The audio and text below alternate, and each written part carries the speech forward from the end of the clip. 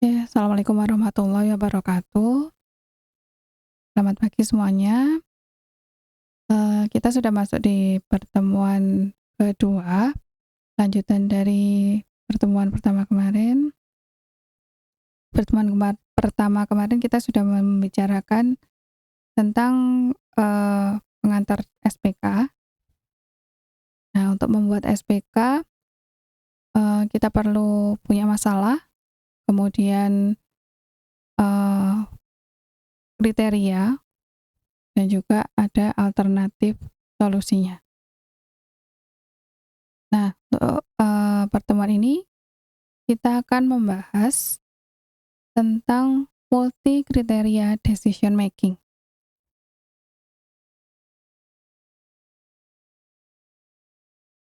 Nah, apa itu multi kriteria decision making atau disingkat MCDM ya. Jadi MCDM ini merupakan cabang ilmu dari riset operasi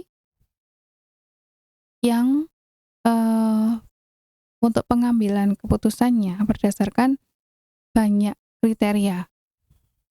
Nah, kemarin kan kita sudah mengambil contoh, eee, untuk mengambil, sebuah keputusan berdasarkan kriteria, kita tentukan beberapa kriteria.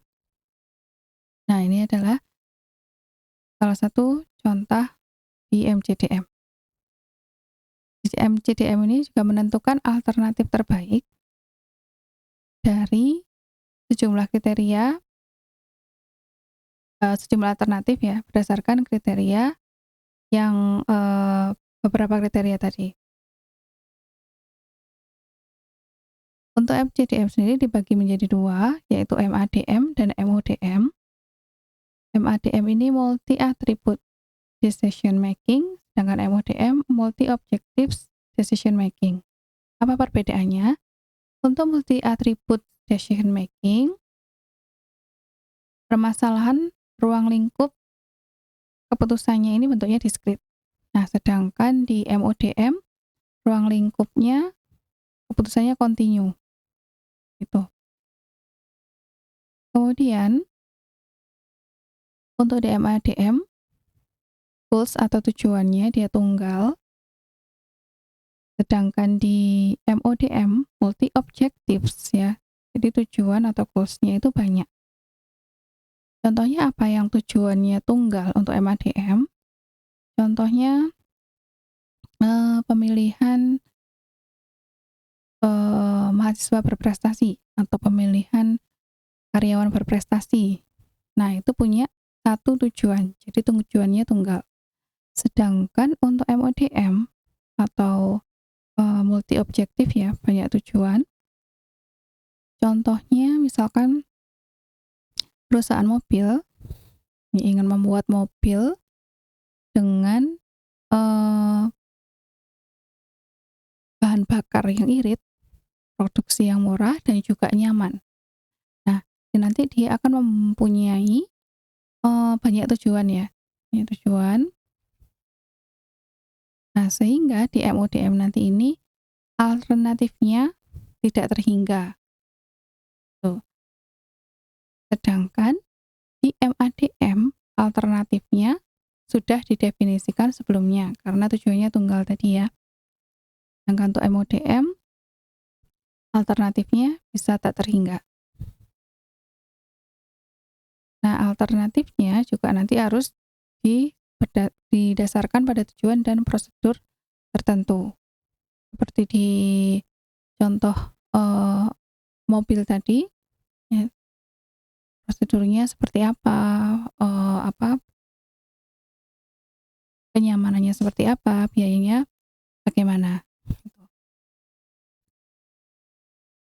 Nah, kemudian MCDM ini, dibagi menjadi beberapa klasifikasi, ada 2, eee, macam ya tadi MADM dan MODM. Untuk MADM-nya sendiri, nah berdasarkan untuk pengolahan datanya, ada evaluating, weighting, sama normalization. Untuk teknik evaluating sendiri, Metodenya ada yang namanya Damatel, kemudian ISM, dan SEM untuk teknik evaluasi. Sedangkan untuk weighting atau pembobotan, metodenya nanti bisa ANP, AHP, NN weighting. NN ini di sini neural network. Kemudian untuk yang menggunakan normalization, nah ini dibagi menjadi dua, aditif dan non-aditif.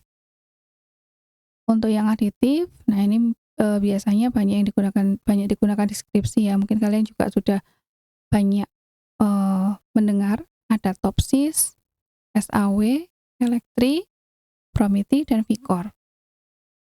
Untuk di non-aditif ada fuzzy, nah ini juga mungkin kalian sudah familiar, dan juga neural network. Tapi neural network-nya di sini perbedaannya dengan yang di weighting, dia NN-nya menggunakan weighting, menggunakan pembobotan. Itu untuk MADM. Sedangkan untuk MODM dibagi menjadi 3. Ini ada multi attribute, utility analysis, goal programming, dan juga genetic algorithm atau algoritma genetika, dan juga ada neural network atau NN. Nah, bagaimana sih konsep dari MCDM? Nah, ketika kita menggunakan MCDM, untuk alternatifnya, ya, keputusan alternatif yang dipilih itu tetap berada di decision maker. Nah, jadi seperti yang sudah kita bahas di minggu lalu, ya, jadi untuk keputusan tetap ada di pemangku kepentingan, decision maker-nya. Misalkan di karyawan, pemilihan karyawan berprestasi, tetap nanti yang memutuskan adalah atasan. Tuh. Kemudian untuk masalah kriteria, karena ini multi kriteria, nanti kriteria yang digunakan ini ya menentukan untuk alternatif yang akan dipilih. Kemudian kriterianya nanti bisa disusun dalam bentuk hierarki. Nah, ini nanti menggunakan AHP.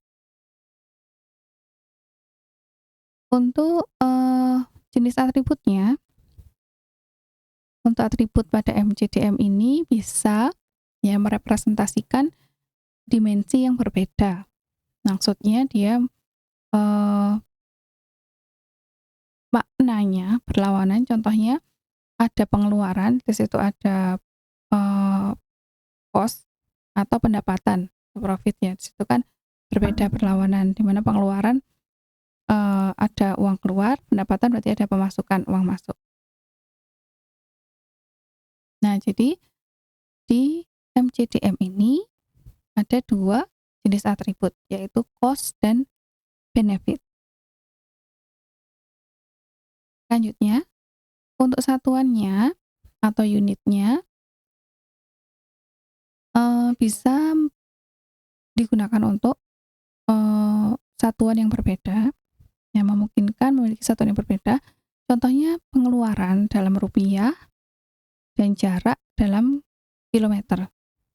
Jadi misalkan untuk pemilihan kos, situ kriterianya ada harga kos, ya ini bisa dalam rupiah, kemudian jarak dari kampus ke kos, nah itu kan dalam kilometer atau meter. Ini. Kemudian untuk bobot keputusannya, kebanyakan di metode MCDM ini menggunakan pembobotan. Pembobotan ini untuk apa? Untuk mengetahui tingkat kepentingan atau prioritas dari kriteria. Yang mana yang lebih penting, mana yang kurang penting, itu tingkat kepentingannya. Kemudian nanti ada matriks keputusan, ya. Jadi di MCDM nanti kita akan membentuk matriks keputusan. Matriks keputusan ini apa? Dia merepresentasikan hubungan antara alternatif solusinya dengan kriteria yang digunakan. Nah, ini adalah contoh bentuk matriks keputusannya. Yang di sebelah kiri ini adalah alternatif, ada dinotasikan dengan A, A1, A2, dan seterusnya sampai A ke M.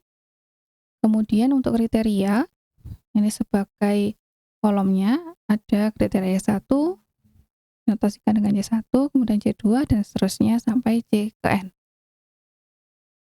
Nih.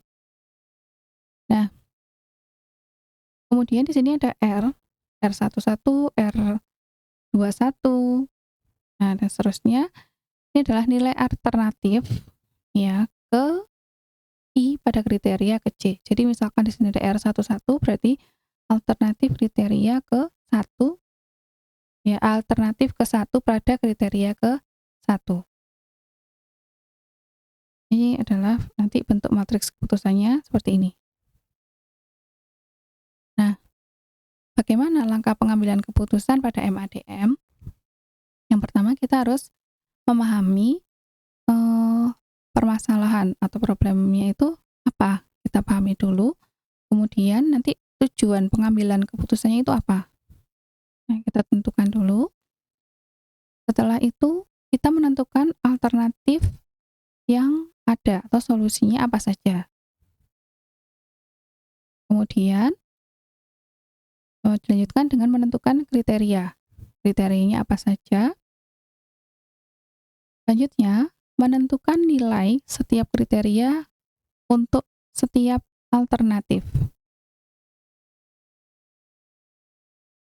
Nah, dari nilai kriteria untuk setiap alternatif yang tadi di slide sebelumnya itu R ini ya, nilai alternatif, dilakukan normalisasi untuk setiap masing-masing kriteria.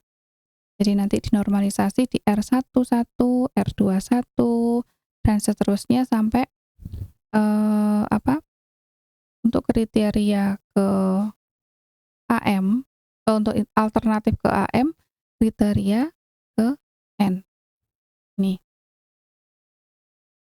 Setelah dinormalisasi, menentukan bobot setiap kriteria. Jadi di masing-masing kriteria ini nanti ada bobotnya. W1 untuk bobot di kriteria 1, W2 di kriteria 2, dan seterusnya. Setelah kita tentukan bobotnya tadi, nah kita menghitung nilai alternatifnya seperti apa. Nah, setelah itu yang terakhir adalah uji sensitivitas. Di sini ada normalisasi nilai dari setiap kriteria.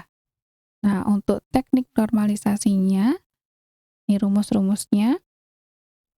Ada simple, Nicems, linear max, linear min, kemudian linear sum, dan vector normalization. Untuk yang di sini ada R, nilai normalisasi alternatif ya. Ada alternatif I pada kriteria C, kemudian S adalah nilai asli alternatif I pada kriteria C, max nilai maksimal kriteria dari semua alternatif, dan min SC berarti nilai minimal kriteria C dari semua alternatif. Nanti akan kita lihat secara jelasnya di contoh kasus. Tuh, mungkin ada yang perlu didiskusikan, silakan. Selanjutnya kita akan ke materi selanjutnya dan juga studi kasus di multi kriteria decision making yang selanjutnya.